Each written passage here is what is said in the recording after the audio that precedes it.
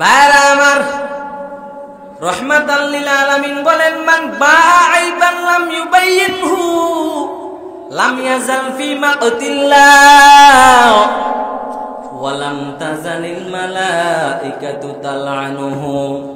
যেই বান্দা ভেজাল পণ্য বিক্রি করছেন, জেনে শুনে ভেজাল পণ্য বিক্রি করবেন, ওই বান্দার উপর আল্লাহর লানাত, ওই বান্দার উপরে ফেরেশতারা অভিশাপ দেয়। আপনি জানেন আমার এই জিনিসটার মধ্যে সমস্যা আছে, আপনি জানেন এই জিনিসটার মধ্যে ঝামেলা আছে, তারপরও আপনি কাস্টমারকে সেই দোষের কথা উল্লেখ করেন নাই, সেই ভুলটার কথা, পণ্যের মধ্যে যেই ভেজাল আছে কাস্টমারকে বলেন নাই, আপনি তার কাছে গোপনে বিক্রি করে দিয়েছেন। আর মনে মনে বলতেছেন, যাক আমার কপাল ভালো, আমার ভেজাল পণ্যটা সেল করে দিয়েছি, বেশি লাভবান হয়েছি। আল্লাহর কসম, ও রহমতপুর এলাকার মুসলমান,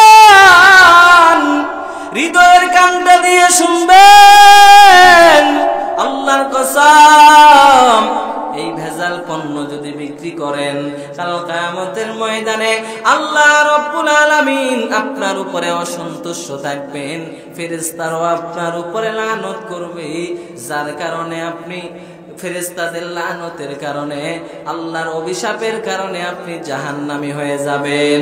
এজন্য পণ্যের মধ্যে যদি কোনো ভেজাল থাকে, কোনো দোষ আপনি দেখতে পান, কাস্টমারকে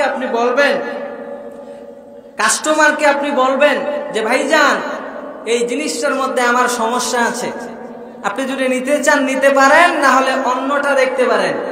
গোপন রেখে কোনো পণ্য বিক্রি করা কোনো মুসলমানের কাজ হতে পারে না। কথা বলেন ঠিক কিনা?